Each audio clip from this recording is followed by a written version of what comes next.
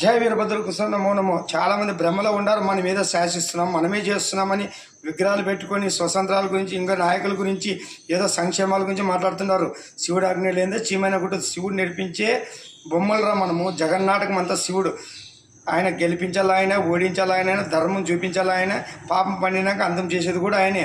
ఎప్పుడప్పుడు అధర్మం పెరిగినప్పుడు నాశనం చేస్తుంటారు, రకరకాల రూపాల్లో చూపిస్తుంటాడు. ఇప్పుడు జగన్ గారు చూపించినాడు 5 ఏళ్ళు ఒక ఛాన్స్ అని.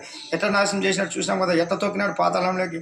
ఇవన్నీ ఇప్పుడైతే రాజకీయాలు ఉండవు, అంత ధర్మమైన రాజ్యమే వస్తుంది. మన ఆయన వీరభద్ర వీరభోగ వసంతరాలు వచ్చి దిశానిర్దేశంతో విశ్వగురువై భారతదేశాన్ని పాలిస్తాడు.